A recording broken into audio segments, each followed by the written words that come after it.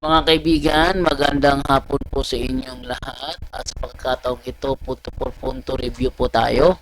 So, napakaganda na katanungan na ating i-review is kung ang dalangin daw ay direkta sa Diyos, saan daw mababasa na dapat manalangin sa mga santo o sa mga patay? Patay? Manalangin sa mga patay? Ba't manalangin sa mga patay? Wala akong naalala na meron kaming doktrina manalangin sa mga patay.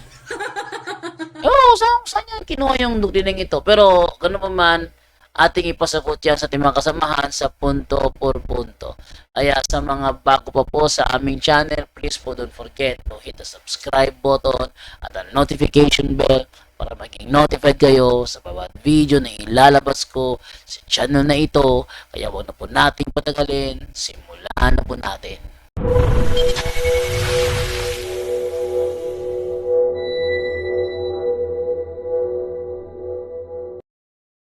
Okay, so dito tayo ngayon sa mga tanong sa ating mga comment section. Ating unahin si D405 R2B.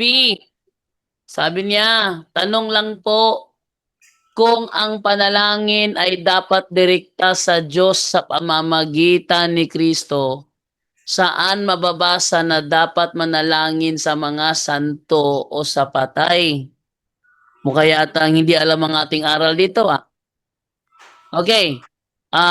D405, yung sa mga santo, ang tawag namin doon, intercession of the saints. Yan na. Ang intercession of the saints, nasa Hebreo yan. Anong sabi dito? Ayan, ito simulan sa 21. Sa 21 tayo magsimula. Anong sabi dito? Talagang nakakakilabot ang kanilang natanaw, kaya't pati si Moses ay nagsabing nanginginig ako sa takot. Sa halip ang nilapitan ninyo ay ang bundok ng Sion at ang lungsod ng Diyos na buhay. Ang Jerusalem sa langit na kinaroroonan ng di mabilang na anghel. Ang dinaluhan ninyo ay masayang pagtitipon ng mga panganay na anak na ang mga pangalan ay nakatala sa langit. Ang nilapitan ninyo ay ang Diyos na hukom ng lahat at ang mga espiritu ng mga taong ginawang ganap. Kung si Itsoy ito, bro, Itsoy, mahiya ka naman. Ha? Ilang beses ka na yatang tinanggal dito kasi hindi ka naman nagtatanong, nanggugulo ka lang naman. Pag tinanggal ka, bro, ibig sabihin, bro, hindi ka welcome. Kaya konting hiya naman dyan. Pero dahil pag napansin ko na may pambabati ko na naman sa comment mo, kick out ko pa rin ito ha. Sana wala namang pakapalan. Tuloy natin. Ngayon, ano pa yung palatandaan na intercession of the saints? Ito naman tayo ngayon kay Job. Job 42:8, no sabi dito. Ay, simulan sa size. Sabi to sa 7, pagkasabi nito kay Job, si Elipas na Temaneo naman ang hinarap ni Yahweh. Sinabi niya, matindi ang galit ko sa iyo at sa dalawa mong kaibigan sapagkat hindi ninyo sinabi ang katotohanan tungkol sa akin tulad ng ginawa ni Job. Kaya ngayon kumuha kayo ng 7 toro. Sino yung sinabihan? Yung mga nagkasala. Ha? Sila inutusan na kumuha ng 7 toro at 7 tupa. Dalhin ninyo ito kay Job. O ba't kailangan padaling kay Job? Sana masagot ito ni Itsoy, kung si Itsoy itong D405, sana masagot ito ni Itsoy, bakit kailangan pang dalhin kay Job? Okay? Bakit kailangan padalhin kay Job? Direct to God lang pala. Sabi dalhin nyo ito kay Job at sunugin bilang handog. Ipapanalangin kayo ni Job. Ba't kailangan pa ipanalangin? Ba't di direct to God na lang sila? Pwede nila gawin yung mag-direct to God. Ang Diyos mismo ang nagsabi, ipapanalangin kayo ni Job. Bakit? Siya lamang ang papakinggan ko para hindi na kayo pagbayarin sa inyong kahangalan. dahil sa hindi ninyo paglalahad ng buong katotohanan tulad ng ginagawa niya. Oh, ayun. Bro Na, na, Jaldo, na, wala siyang sinabing dumiretso kayo sa akin. wala. Tsaka, hindi sila kay Job na nalangin.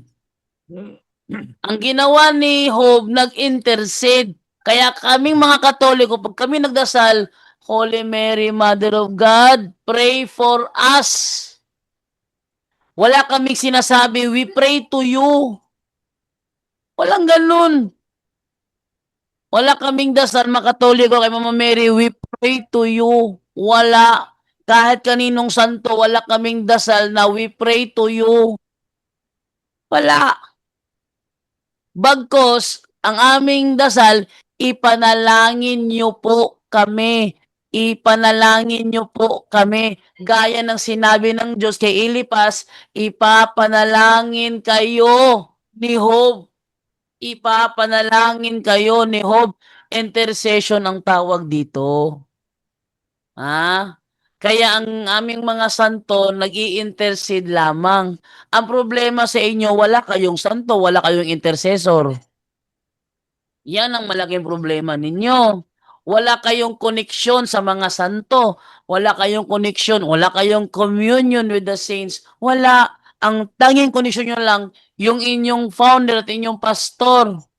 Si, Pastor, si Eli, pastor. Eli Soriano, si Eli yun, MCGI. Oh. Yung ano nila, pastor. Oh, Brother Eli. Bakit? Yung aking mister na hospital po. Ay, ganun po ba? Brother Eli, baka maaari niyong ipagdasal yung asawa ko. Inihingan niyo? Bakit? Santo ba yan?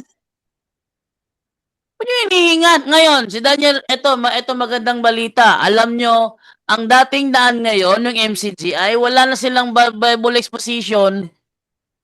Wala na yung mga imbitasyon para sa, mga kapatid, ngayong darating na mayroon po tayong Grand Bible Exposition.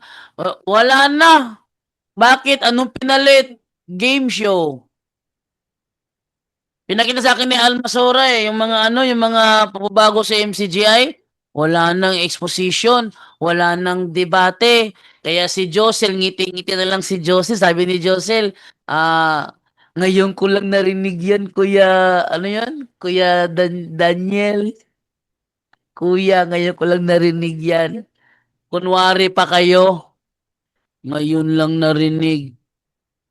At least, at based on observation, ang dating daan ngayon is para na lang born again. Para na lang born again. Pero, ang maganda sa MCGI ngayon, mga kaibigan, wala na silang pagtira sa ibang relihiyon, wala na. Mas gustong tirahin ni Daniel Rason ang mga kapalpakan ng kanyang mga membro.